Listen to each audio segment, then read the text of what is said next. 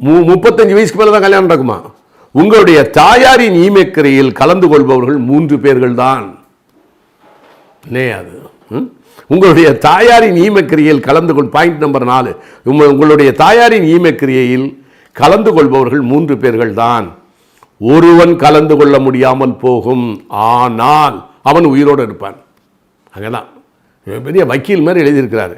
உங்களுடைய தாயாரின் ஈமக்கிரையில் கலந்து கொள்பவர் 3 பேர்கள் தான், ஆனால் ஒருவன் கலந்து கொள்ள முடியாமல் போகும், ஆனால் அவன் உயிரோடு இருப்பான்.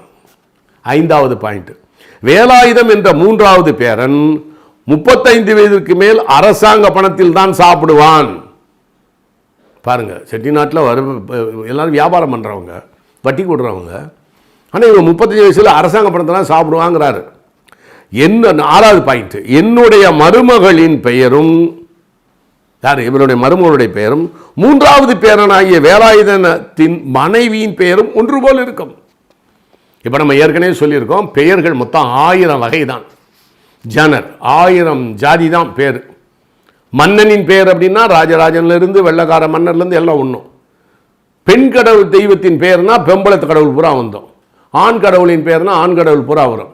நிறத்தின் பெயர்னா கருப்பையா, வெள்ளைச்சாமி, இதெல்லாம் நிறத்தின் பெயர். இப்படி அப்போ என்னுடைய மருமகளின் பெயரும் 3வது பேரனாகிய வேலாயுதத்தின் மனைவியின் பெயரும் ஒன்று போல் இருக்கும்.